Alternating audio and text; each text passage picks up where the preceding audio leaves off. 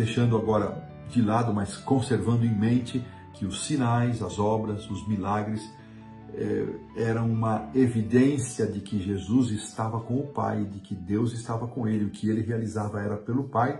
Vamos agora iniciar esse bloco que vai estudar o papel autoritativo das Escrituras, depois das profecias sobre Jesus do Antigo Testamento 1 e 2, e finalizando com a quinta-feira um tema que vai complementar isso. São 3 lições específicas sobre as Escrituras.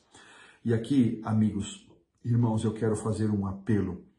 Nós, como cristãos e adventistas do sétimo dia, nós estamos presenciando um bombardeamento contra a autoridade das Escrituras, contra a revelação, vindos de dentro do cristianismo. Nós nos acostumamos a ver as Escrituras ser apedrejadas por grupos agnósticos, por grupos ateus, por pessoas materialistas que não se importam com os valores religiosos, mas ver a Bíblia sendo atacada, desprezada, menosprezada por movimentos dentro do cristianismo e já atingindo as bordas, as fronteiras do adventismo do sétimo dia, é um grande sinal para percebermos que nós temos que assumir uma posição muito clara em relação à nossa convicção acerca da autoridade da Bíblia, acerca do processo revelacional, que a Bíblia é fruto da revelação de Deus, dada, como diz o apóstolo São Pedro na sua segunda carta, capítulo 1, 19 a 21, dada por inspiração aos profetas, sem produção humana, para a qual ele chama a nossa atenção, para que cresça em nós até que, como uma candeia, até que chegamos à plenitude da luz, lembrando que nenhuma profecia foi produzida por vontade própria, mas homens santos falaram inspirados por Deus, e nenhuma profecia é, por consequência, de particular elucidação. Ela precisa ser interpretada por ela mesma. A Bíblia é a única autoridade para interpretar-se a si própria. Então, irmãos, vamos ter esse cenário em mente de ataque às Escrituras, e isso serve para nós também, antes de avançarmos um pouco mais no que os autores propõem para esse estudo. Como eu estou me relacionando com o estudo diário da Bíblia? A Bíblia faz parte da minha vida ou ela é apenas um enfeite? Eu moro aqui numa cidade, que é a cidade de Tatuí, onde as lojas comerciais, as casas comerciais costumam ter Bíblias de tamanho grande, abertas em algum salmo, e você percebe que elas é um gesto bonito, mas muitas vezes não passam apenas de um enfeite. Eu imagino assim, não estou fazendo julgamento, mas para muita gente é isso, é um enfeite. Será que a Bíblia faz parte da nossa vida? Ela faz parte da minha agenda de cada dia? Eu estou, como Maria, me pondo aos pés de Jesus para receber o seu ensinamento diário.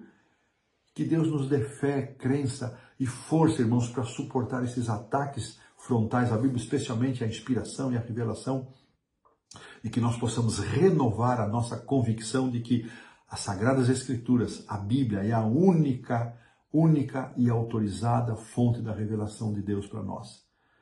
E que Deus nos ajude a compreender isso e a nos firmarmos ao lado da palavra de Deus. Então, esse papel autoritativo, ele vai chamar a nossa atenção que, além dos sinais, além dos milagres realizados por Jesus, João também utilizou o argumento, ele usa o argumento das Escrituras para apontar a Jesus como Messias, mostrando que profecias do Antigo Testamento apontaram para a vida e obra do Messias. E assim, o Antigo Testamento ele ocupa um lugar de destaque nos Evangelhos e também no Evangelho de João, mostrando para nós que ele tem uma origem divina, ele realizou seu ministério em independência com o Pai e retornou para junto do Pai. E interessante que, mais uma vez aqui, na pergunta 2, nos volta o texto em que Jesus se dirige aos líderes, apelando para as Escrituras, porque eles evocam a Moisés como grande profeta. Então Jesus diz, olha, se vocês pelo menos creiam no que Moisés disse, porque ele profetizou que um dia viria um profeta maior do que ele. Então considerem, se vocês não estão crendo em mim, voltem para as Escrituras, considerem o que Moisés falou a meu respeito, que surgiria um profeta. Mas aqui há uma coisa, irmãos. Os líderes judeus, eles estavam familiarizados com o texto bíblico, com a palavra crua, nua, escrita, mas não com a essência. Eles eram versados e muitos, nem todos, mas muitos conheciam a letra da lei, o texto bíblico, mas não conheciam a essência, não conheciam para o que aquele texto apontava. Eu me pergunto, será que nós estamos hoje sofrendo do mesmo mal? Podemos até recitar de cor trechos e trechos da Bíblia e estamos familiarizados apenas com o texto não é suficiente. Nós precisamos permitir que esse texto, que essa palavra agora, a palavra viva, que é Cristo Jesus, este verbo, que ele, sendo a essência da revelação, que ele faça parte da nossa vida, que ele nos espiritualize, que ele nos transforme, quebre o jugo de pecado, quebre a nossa inclinação pecaminosa e nos faça homens e mulheres espirituais. Então, só o texto formal, legal, rígido, não produz efeito como não produziu na vida daqueles homens. É preciso algo mais, e este algo mais diz respeito para quem aqueles textos apontavam para a pessoa de Jesus. Gosto muito lá em Lucas, irmãos, não está no João, mas é quando Jesus se apresenta aos 2 discípulos de Emaús. Então ele diz, mas vocês são necios e tardos de coração para crer tudo aquilo que os profetas escreveram. Então, começando por Moisés e passando por todos os profetas, ele foi mostrando para aqueles 2 discípulos, no caminho de Emaús, o que acerca dele estava escrito nas Escrituras. Esse texto é fantástico, esse Lucas 24, 25, 26, 27, impressionante esse texto, porque ele sintetiza exatamente o pensamento que os autores querem apresentar aqui.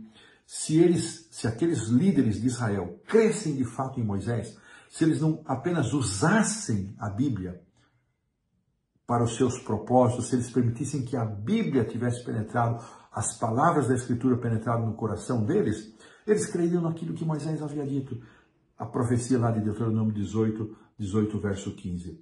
E outros exemplos mais, aqui nos é recordado que na conversa com Nicodemos, Jesus cita a experiência de Números 21, 5 a 9, das serpentes que picaram os israelitas, e uma serpente de metal foi preparada para que eles olhassem. Jesus cita isso, compara isso e menciona a Nicodemos também. Filipe, aqui nos é recordado, já estudamos isso há poucos dias atrás, quando Filipe disse a Natanael, achamos aquele de quem Moisés escreveu na lei. Veja, o próprio Filipe deu esse testemunho, e a quem se referiram os profetas, Jesus o Nazareno. Aí que Natanael falou, mas pode vir alguma coisa boa de Nazaré? E Jesus disse, olha, eu vi você, quando você estava aí, está um israelita que não tem dolo, um israelita fiel, dedicado, porque eu vi você orando antes de falar com Filipe lá debaixo da figueira. Aí ele se rendeu a Jesus. E aqui aparecem, na pergunta 3, alguns textos mostrando aqui 3 situações que ainda vão se repetir, mas vamos apenas mencioná-las porque elas aparecem aqui na lição.